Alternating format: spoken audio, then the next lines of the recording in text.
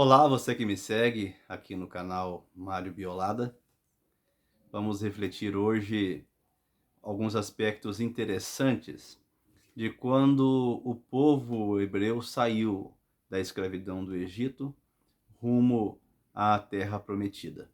Mas antes de iniciarmos, você que tem gostado do nosso conteúdo, não esqueça de curtir, compartilhar, comentar, para que nós possamos alcançar mais pessoas através desse canal.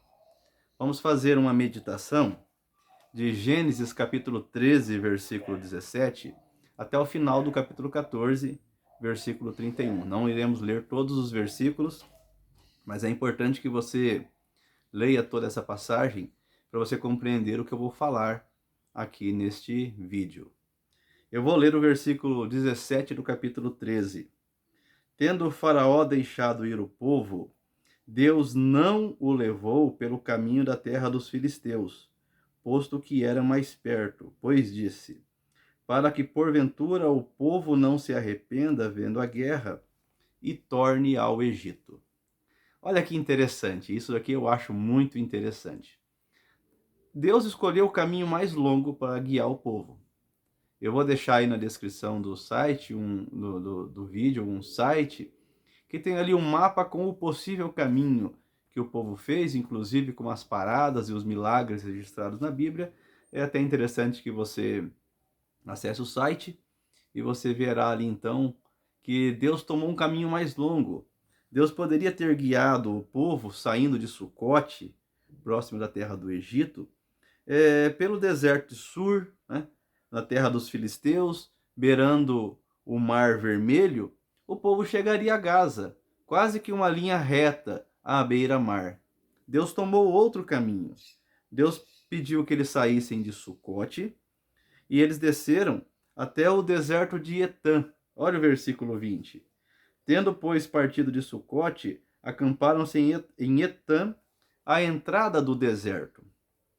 Depois, Deus pede que eles retrocedam e acampem em frente a Piairote. Olha o capítulo 14, versículo 2. Fala aos filhos de Israel que retrocedam e se acampem defronte de Piairote, entre Migdol e o mar, diante de Baal-Zefon. Em frente dele vos acampareis junto ao mar. Eles parece que estavam depois do Rio Vermelho. Parece que eles retrocederam, fizeram uma volta e vieram ali para a passagem que iria levá-los para o mesmo deserto que eles estavam, porém do lado de cá do Rio Vermelho. A conclusão, os egípcios talvez tivessem espias que estivessem vendo o povo partir. Os egípcios acharam que eles estavam desorientados. Olha o capítulo 14, versículo 3. Então Faraó dirá dos filhos de Israel: estão desorientados na terra, o deserto os encerrou.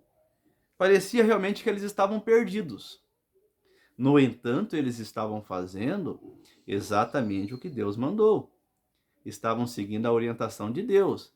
Não podemos nos esquecer que desde que eles saíram do Egito, eles seguiam o caminho de Deus. Uma nuvem, uma coluna de nuvem os acompanhava durante o dia, e durante a noite uma coluna de fogo, para que durante o dia a nuvem protegesse-os do sol escaldante, e à noite aquela coluna de fogo os aquecia. E a coluna ia adiante deles. Então eles não podiam estar desorientados, perdidos, tomando um caminho mais longo porque não conheciam o caminho. Era Deus quem os estava dirigindo. Agora o interessante é que Deus sabia o caminho mais curto. Logo o primeiro versículo que eu li. Mas Deus não quis guiá-los, porque havia uma guerra acontecendo na terra dos filisteus, e Deus sabia que ao ver a guerra, eles iriam ficar com medo e voltar para o Egito. A primeira coisa que nós temos que analisar aqui então, eles já tinham o coração propenso para voltar ao Egito. O que era o Egito? O que representava o Egito quando eles estavam lá? Eu acho que a pior escravidão já registrada na história, em toda a história. Escravos, todas as potências tiveram. O Brasil colônia teve escravos. Então, ter escravos não era estranho. O estranho era o escravo ser tratado como estava sendo tratado no Egito, no tempo dos faraós bíblicos. Isso é estranho. Porque os escravos é quem edificavam a cidade, os escravos é quem construíam os monumentos, os palácios. As culturas, e a egípcia não é diferente, aprendeu a enriquecer através dos escravos. Então é normal que se tratasse os escravos com todo um cuidado, porque se o escravo não pudesse render, ele também não daria lucro, ele não traria grandes construções. E eles estavam tratando os escravos com toda a maldade humana, retirando comida, eles ficavam fracos, doentes, apanhavam se não trabalhassem. Então é até estranho de pensar num povo querer voltar a um regime desse. Mas é exatamente o que aconteceu. Porque daqui a pouco nós vamos falar sobre a passagem e eles vão falar para Moisés. Porque nós não falamos que nós queríamos ficar no Egito. Mas nós vamos aos poucos para nós compreendermos algumas coisas importantes aqui.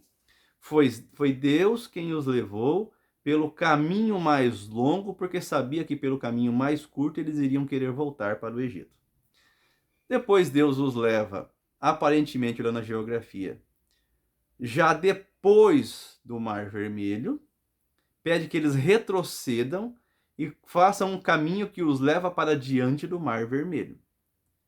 Se você tiver acesso aí ao site que eu sugeri na descrição do vídeo, observe para você ver ali, você vai compreender que bem ali, do lado do deserto de Etã, é o finalzinho ou o começo ali do Mar Vermelho. Pois bem, de repente eles se pegam de frente ao mar, em um estreito, um vale, que não permitiria que as pessoas se espalhassem facilmente. Se tornou quase que como um vale, uma via única. Ou você ia para frente ou para trás, porque para os lados eram montanhas, não teria condições de passar. Não se esqueça, foi Deus quem os levou lá, guiando-os através da coluna de nuvem durante o dia e da coluna de fogo durante a noite. Quando os egípcios resolvem persegui-los, e eles avistam os egípcios, o que é que eles dizem para Moisés? Se você ler o texto aí que eu sugeri, eles dizem a Moisés: não seria melhor que você nos tivesse deixado no Egito para que morrêssemos lá? Nós não falamos que queríamos ficar lá? Não havia sepulturas o suficiente no Egito para que morrêssemos lá? Temos que morrer aqui? Ou seja, eles estão claramente dizendo para Moisés, o líder separado por Deus, e para Deus também, porque esta caminhada era Deus quem estava guiando, que Deus não poderia livrá-los dos egípcios. Mesmo Deus já tendo livrado-os do Egito, através das 10 pragas, e os tirado de lá com mão forte, porque os egípcios jamais iriam libertar os seus escravos. Seus escravos davam muito lucro para eles, era uma propriedade deles, e eles não abririam mão jamais dos seus escravos. Deus o tirou de lá, como disse a Moisés que faria, com mão forte. Eles viram os milagres. Os milagres aconteciam na terra dos egípcios, mas não aconteciam na terra deles. Pare e pense, eles olhando o céu, aquelas pedras, fogo caindo sobre a terra do Egito e nada acontecendo na terra deles. As rãs, as moscas, os gafanhotos destruindo o Egito, mas não fazendo nada na terra deles. Os animais dos egípcios morrendo e não acontecendo nada com os animais deles. Os primogênitos dos egípcios morrendo, mas não morrendo os primogênitos deles se eles colocaram o sangue na porta conforme a ordem de Deus.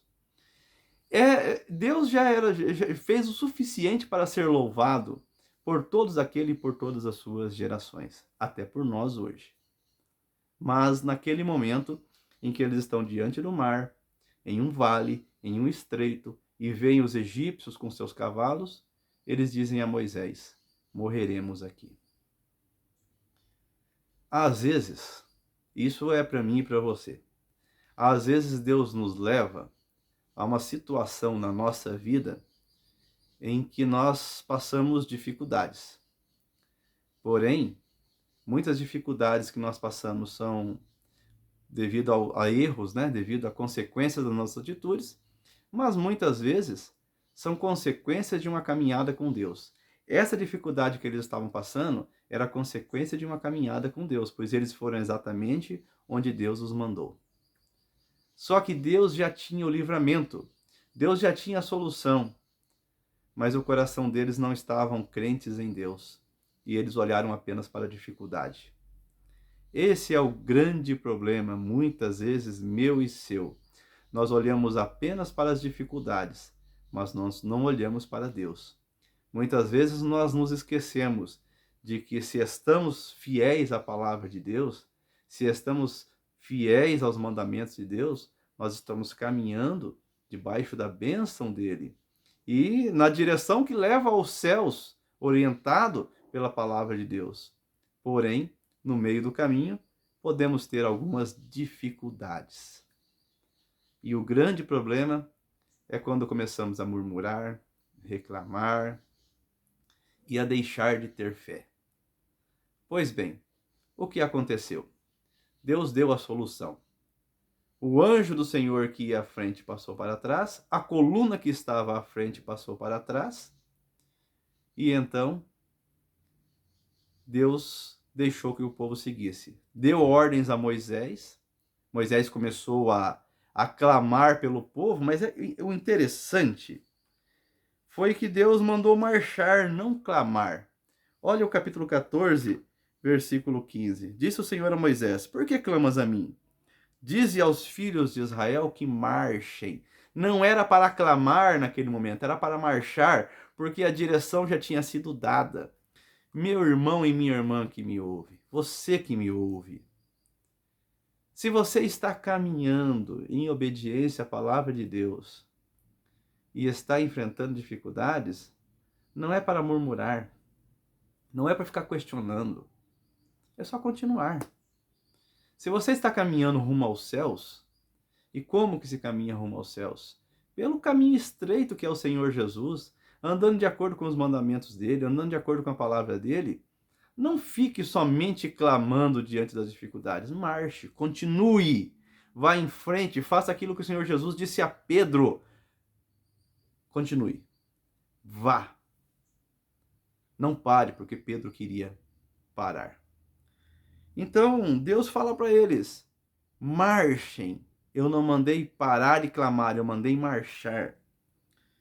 E a coluna que sai da frente vai para trás, e aí acontece aquele milagre, se você não sabe, leia o texto, em que, conforme os egípcios vêm chegando, Deus impede que eles alcancem os hebreus, que durante uma noite toda atravessam ali o mar, e pela manhã, então, Deus permite que os egípcios entrem com toda dificuldade, e quando eles entram no caminho que estava aberto, pois o mar fez muros à esquerda e à direita, quando eles entram, Deus manda Moisés dar a ordem, estender ali o seu cajado, e as águas se fecham, e os egípcios morrem à vista do povo de Deus. Impressionante é que o que registra o versículo 31, que é o último versículo dessa meditação nossa.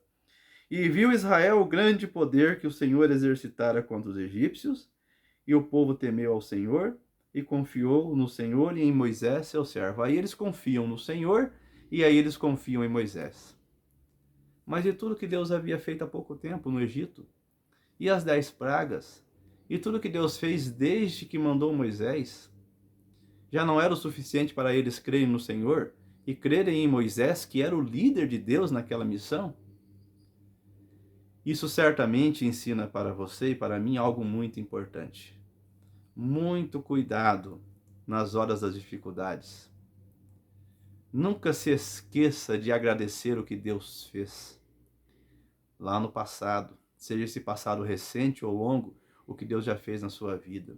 Todos os dias agradeça pelo que Deus fez, pela vida que você tem, pela saúde que você tem, pelas bênçãos que você tem, para que você não corra o risco também de se tornar uma pessoa ingrata, como essa multidão se tornou uma multidão ingrata.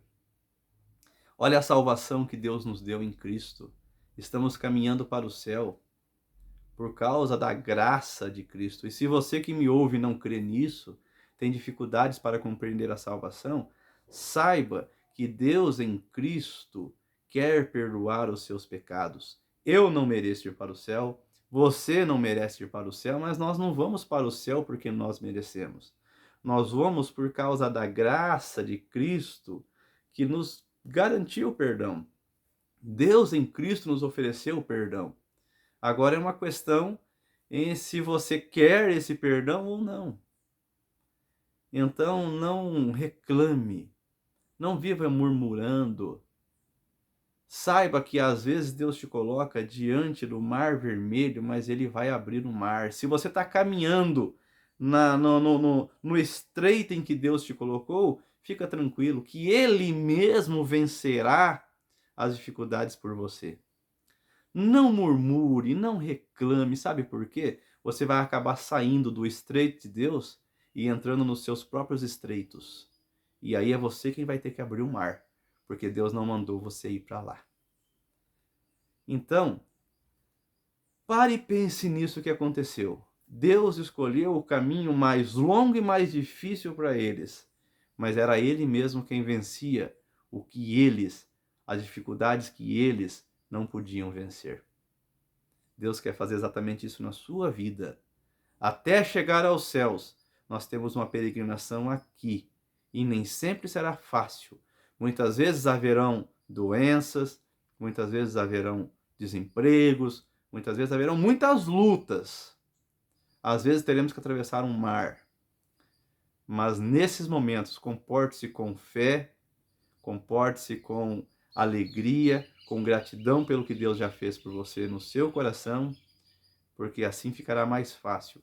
E principalmente, não espere ver para crer.